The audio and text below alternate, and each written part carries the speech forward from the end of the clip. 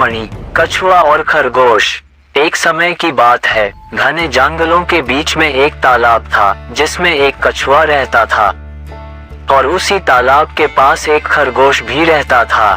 उन दोनों में बहुत अच्छी दोस्ती हो गई थी। एक दिन की बात है, सर्दी की दोपहरी में कछुआ और खरगोश धूप में बैठे थे कि तभी वहां से एक लोमड़ी जा रही थी। चूंकि वह लोमड़ी खाने की तलाश कर रही थी, तभी लोमड़ी की नजर उन दोनों पर पड़ी। कछुआ और खरगोश को देखकर लोमड़ी के मुंह में पानी आ गया। लोमड़ी ने सोचा क्यों ना आज मैं इन दोनों का ही शिकार कर लेती हूँ। इसके बाद मुझे 3-4 दिन तक शिकार नहीं करना पड़ेगा। और यही सोचकर लोमड़ी चुपके से उन दोनों का शिकार करने के लिए धीरे धीरे पास जाने लगी।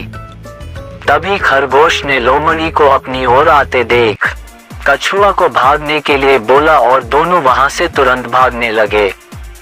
खरगोश तो 4-5 छलांग में अपने बिल में चला गया, लेकिन कछुआ आराम आराम से चल रहा था, जिसके कारण वो तालाब तक नहीं पहुंच पाया और लोमड़ी ने उसको पकड़ लिया।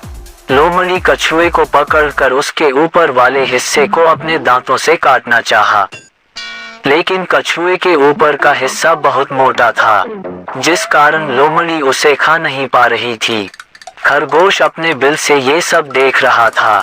तभी उसको एक उपाय सूझा और वो लोमड़ी से अपने बिल के अंदर से बोला, लोमड़ी बहन, मैं बहुत देर से देख रहा हूँ कि तुम कछुए को खाने की कोशिश कर रहे हो, लेकिन इसकी खाल बहुत मोटी है, तुम इसको ऐसे नहीं खा पाओगी। हाँ, अगर मेरी बात मानो तो मैं कुछ बोलूं। तभी लोमड़ी बोलती है, बताओ भाई खरगोश, मैं इस कछुए को कैसे खाऊं?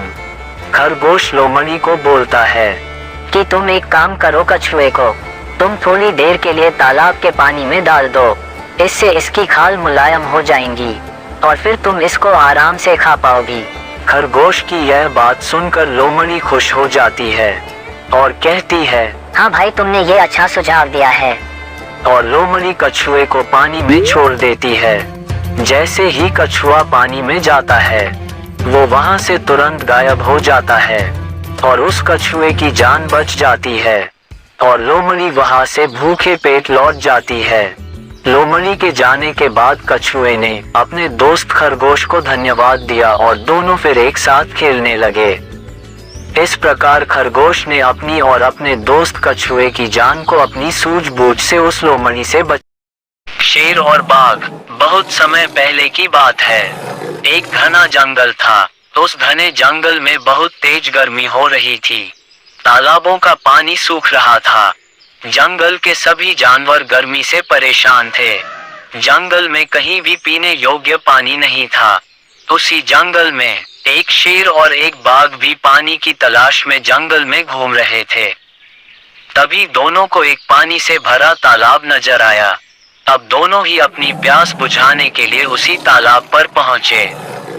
तभी शेर ने बाघ से कहा, मैं पहले तालाब पर आया हूँ, इसलिए मैं पहले पानी पीऊंगा।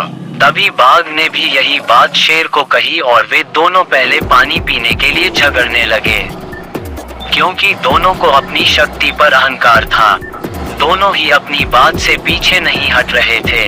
वहीं दोनों की लड़ाई देखकर तालाब के ऊपर गिद्धों का झुंड भी मंडराने लगा। वे लड़ाई खत्म होने का इंतजार कर रहे थे ताकि वे हारे हुए जानवर का मांस खा सके। शेर और बाघ कुछ समय तक तो लड़ते रहे। उनमें से किसी ने हार नहीं मानी और थोड़ी देर में दोनों ही बुरी तरह से थक चुके थे। तभी शेर और बाघ ने एक चट्टान पर दो गिद्धों को देखा। गिद्ध आपस में बात कर रहे थे, भाई, इन दोनों में से कोई भी मरे, आज हमारी तो दावत हो जाएगी। तभी बाघ ने मन ही मन में सोचा कि शेर मुझसे ज्यादा ताकतवर है और अंततः वह जीत ही जाएगा और उसे इस लड़ाई से कोई लाभ नहीं होगा और गिद्ध मुफ्त में ही मेरा मांस खाकर दावत करेंगे। तभी बाघ ने शेर से कहा कि हमें लड़ना नहीं चाहिए महाराज, क्योंकि हमारी इस लड़ाई से हमें तो कोई लाभ नहीं है। आप और मैं दोनों ही जख्मी हो चुके हैं और हमारी इस लड़ाई से ये गिद्ध लाभ उठाएंगे। ये सुनकर शेर ने भी बाघ की तुरंत बात मान ली और दोनों ने दोस्ती कर ली और बाघ ने शेर से कहा कि आप जंगल के राजा हैं, इसलिए पहले आप पानी पी लीजिए, उसके बाद मैं पानी पी लूंगा महाराज। शेर और बाघ ने पानी पिया और खुशी खुशी जंगल में चले गए। ये देखकर गिद्ध निराश हुए और बोले, भाई आज तो किस्मत ही खराब है, पार्टी होते होते रह गई और वहां से उड़ गए।